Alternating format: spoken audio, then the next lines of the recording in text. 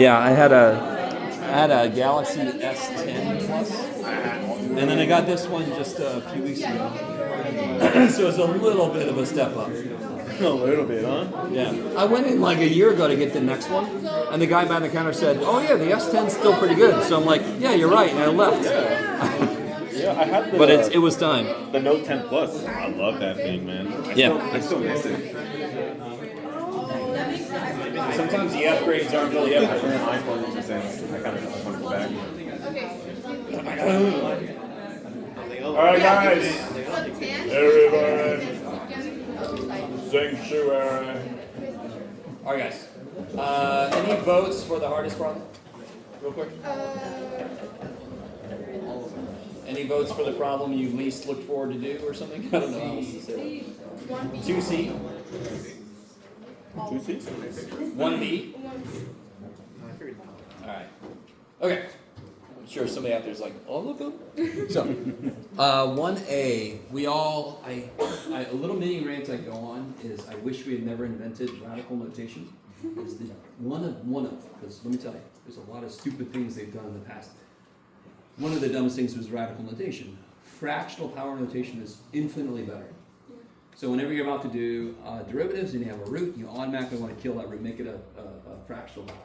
And that's the only thing you do at first, right? Just rewrite the problem. Let me make sure I can see. I'm going to rewrite this. Oh my God. Those of you who don't know me, that's as good as I write. So how do I take the derivative of that?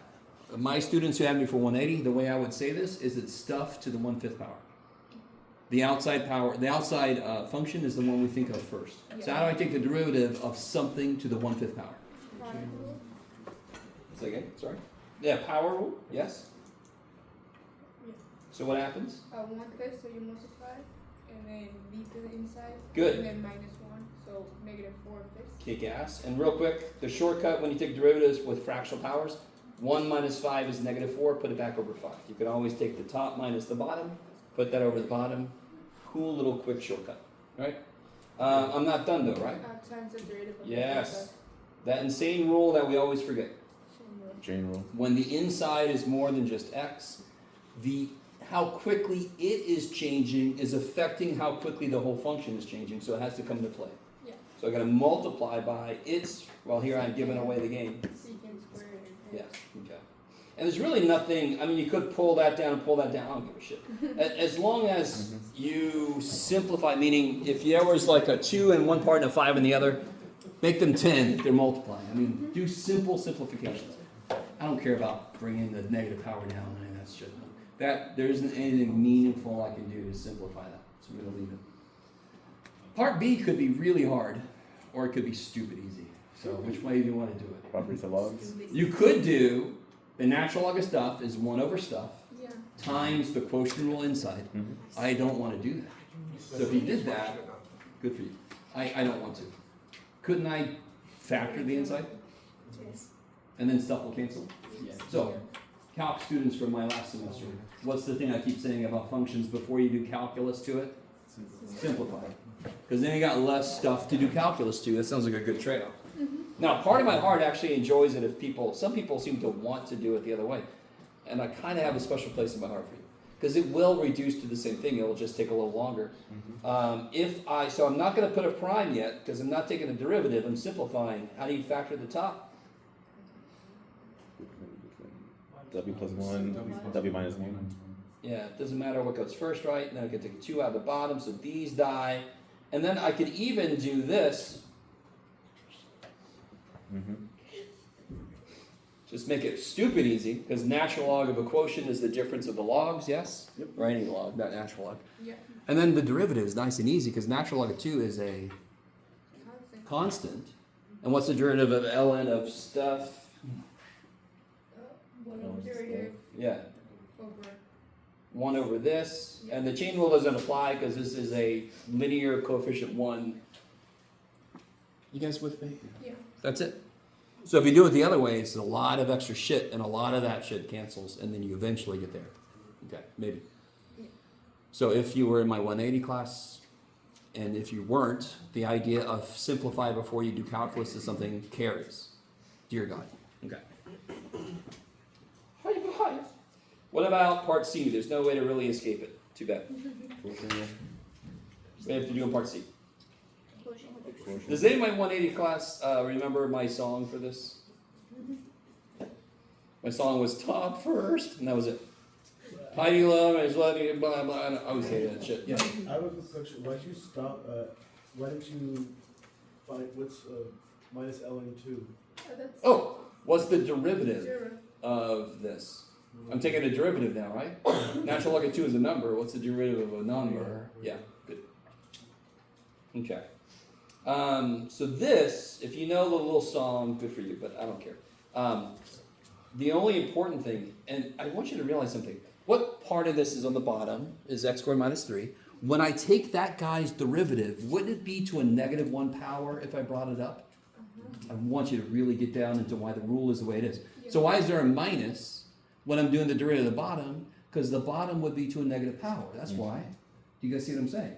So the song takes a little bit away from really understanding why the rule works. That's why I love music. Don't get me wrong. But when we use these little musical things in math, we're sort of communicating to you, oh, this is so hard. You couldn't do it otherwise unless you know this little song. And that's bullshit. Okay.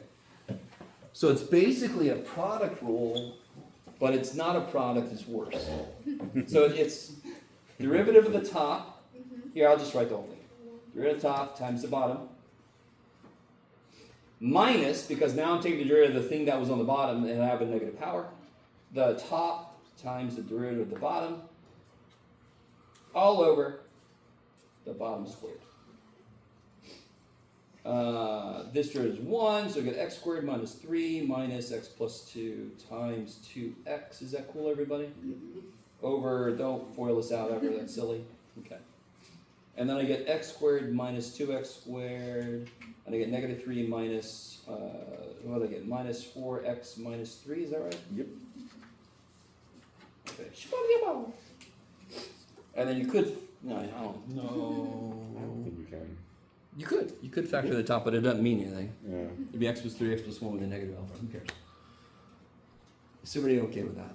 Yes. So the quotient rule, most students hate it the most because it's the one you have to memorize the most. Sort of like doing difference of sum of cubes. People hate that because you have to memorize the most. And I don't blame you. I'm with you on that. Anything you have to memorize a lot of, I hate. Okay. Is everybody cool with the first 3? Mm-hmm. We remember all this stuff? Yep. Okay. What about this one? Rewrite it. Yeah. Dear God. I don't know what the integral of. We did do the integral of tangent, but we definitely don't know the integral of tangent squared. Mm-hmm. But thank God, tangent squared plus 1 is Secant squared. secant squared. And secant squared is the derivative of Tangent. tangent. Just tangent. Yeah. What's wrong with that? What's plus? Plus cube. Plus Q. Plus your favorite letter. Plus a little happy face. I don't care. Something that stands in for some unknown possible number. Okay. You guys remember that? You all have lived this experience where you forgot your plus C's? This is standard experience to go through. I lived that. Trust me. Okay, how are we doing so far? I'm going a little fast, but I want to let us out really. What about part B? What am I supposed to do there? U sub. Yeah, what's screaming out U sub there? That's a classic U sub problem. Derivative. What function is stuck somewhere? 8y. 2y squared is stuck. Yeah. 90-something% of the time, you want to let u equal the part that's stuck. 100% of the time, you want to let u equal the thing whose derivative is in there also. I don't know if you guys are with me. If you've done u sub with another instructor, if you think about what I just said, that jives with everything they said. Hopefully. It's all right. So if I let u equal 2y squared, now in general, I don't give a shit about a number, because that can make the numbers dance. We made them, right? We can make them, we'll do whatever we want to. So if I let u equal 2y squared, what's du? Or y. Almost. Dx. dy. So I have more than this in there, don't I? Yes. Yeah. Students get so stuck on putting a fraction out front and blah, blah, blah. That's only if you're missing something inside. I have too much shit, so how much do I take out? I take out a factor of, what do I need in there? 2. I need 4y in there, yes? Yes. I have 8y, so let me take out a factor of 2.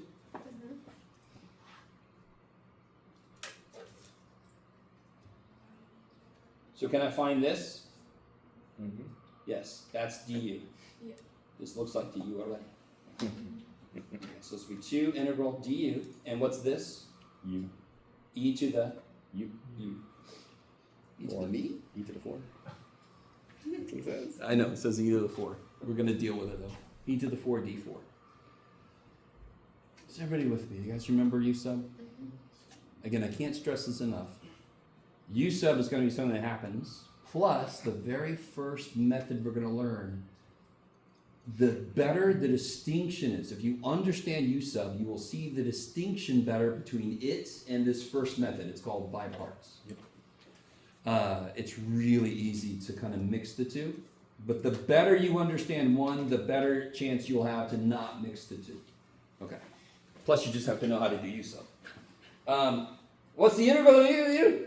E to the U plus C. Yes. And of course, what's e to the u? It's e to the 2y squared. 2y squared.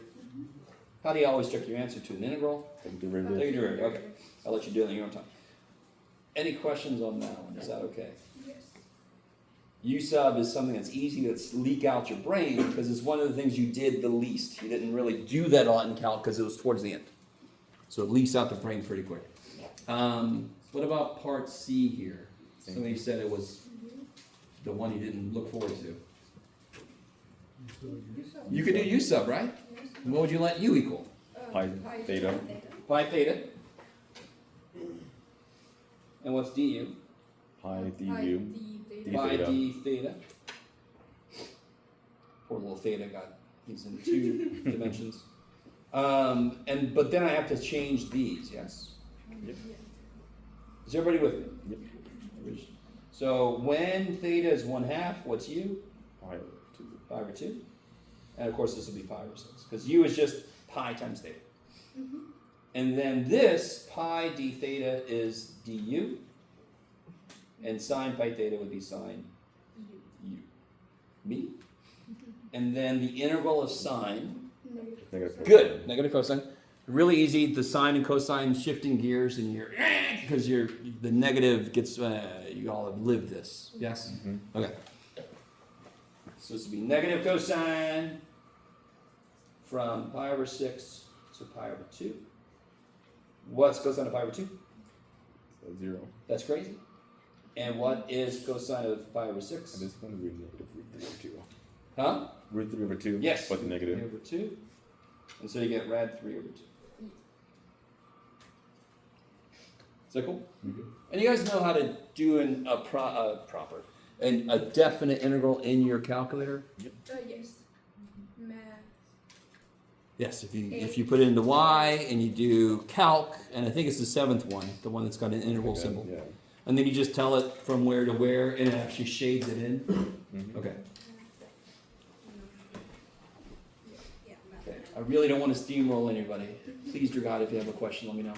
Is everything going okay so far? Mm-hmm. Okay. And then I had to put this one down here. Mm-hmm. This is the one, so, all right. Oh, that's good. So I'll get people telling me the answer is 2 minus 2 sine theta, and then a little tear comes out. Because square roots, where are they in order of operations? The good old, please excuse my dumbass son, or Geron salad, whatever way you do it. One of my classes once said deficient algebra skills, and I'm like, okay, whatever works for you guys. That was them. Where does square roots show up in PEMDAS? The first one? No. Where do square roots? Where do roots show up in PEMDAS? How can I rewrite the square root? Oh, exponents. Exponents. Yes. Yes. So you can't distribute a square root across this, because I see what you guys are saying. This is understood to be in parentheses. Yes. Yes. You cannot distribute a square root because, really quickly, square roots are based on one operation. Here's a better way to say this. Square roots are based on one operation. You can do it. This is square root of 9. Why? So 3 Based on multiplication. So square roots will not play well with addition or subtraction because they're not based on addition and subtraction, right? I cannot distribute a root. That's what I see everybody doing, and then everything goes to shit after that. So what the hell can I do with this? There are several things I can do with this. Factor out of 4. Factor 4 out. It can't go, oh Jeff, it's fine. It can't go too far though, right? Rewrite it. What's the square root of 4? 2. What's 1 minus sine squared? Cosine squared. That's great. 2 cosine. Yeah, and technically, that really should be the absolute value, but we'll talk about more when we get there, why it won't be. You guys get that? That idea leads to a ton of little mistakes at the beginning of a problem that just makes the whole thing. You go, well, that was easy, and I'm like, yeah, it shouldn't have been really, but okay, are you guys doing all right? All right, so what I'm going to do, yes. I have a question about C. How did you get the pi over 2 pi over 6? Oh, what was u? What did we say u is? Pi theta. And what is theta doing according to the problem? What is theta doing? It's Going from 1/6 to 1/2, yes? So as theta goes from 1/6 to 1/2, what does u do?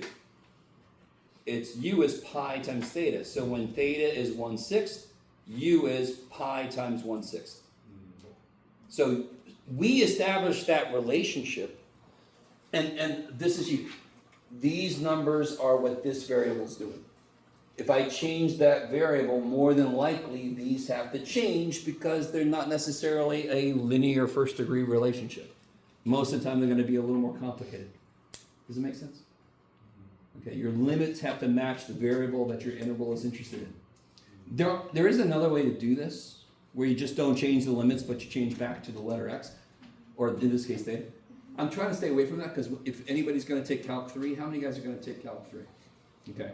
Dear God, you need all the practice you can get now with changing limits. Because when you get to Calc 3, you're going to have double and triple integrals, and you're going to have to change the order of them and so forth.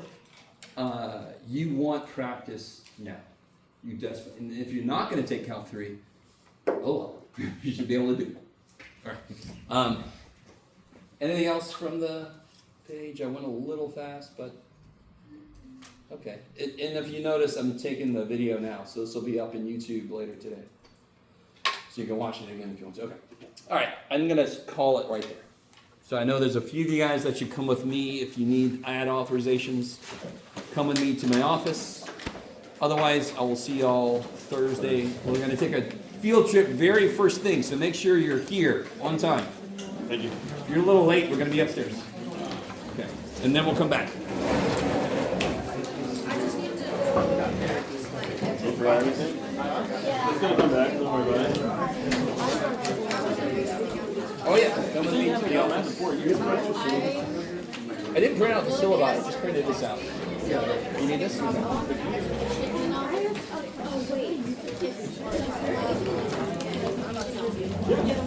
There's on the campus, there's my use handout from when I taught 180. It's in our pre-rep section. But also, if you got the book, you could just go back to section 5.5. That's you said.